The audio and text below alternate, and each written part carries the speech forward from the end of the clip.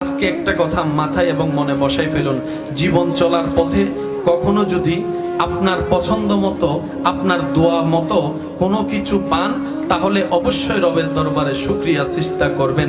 রব আপনার দোয়া কবুল করে নিয়েছে, আপনি যা চেয়েছেন আপনাকে তা দিয়েছে। আর যদি কখনো দেখেন রব্বুল আলামিনের দরবারে বারবার চাওয়ার পরও রব আপনাকে সেই জিনিসটাই দিচ্ছেন না যেটা আপনি চাচ্ছেন, যে স্বপ্ন আপনি পূরণ হওয়া আশা করছেন সেটা রব কোনোভাবেই দিচ্ছে না, তাহলে বুঝবেন আপনার এটা আপনার জন্য কল্যাণকর হবে না বলেই রব সেটা আপনাকে দিয়ে ক্ষতির মধ্যে ফেলতে যাচ্ছে না। কথা বলেন ঠিক কিনা? আর একটু জোরে বলেন ঠিক কিনা? যদি রবের দরবারে দোয়া কবুল হয়ে যায় শুকরিয়া হাজার বার। যদি রবের দরবারে দোয়া কবুল না হয় মন ছোট করবেন না, আপনি আপনার মনকে বলবেন আমার রবের প্ল্যানিং সবচাইতে উত্তম প্ল্যানিং, আর রবের প্ল্যানিং নিয়ে প্রশ্ন করার অধিকার আমার নাই, আপনার নাই।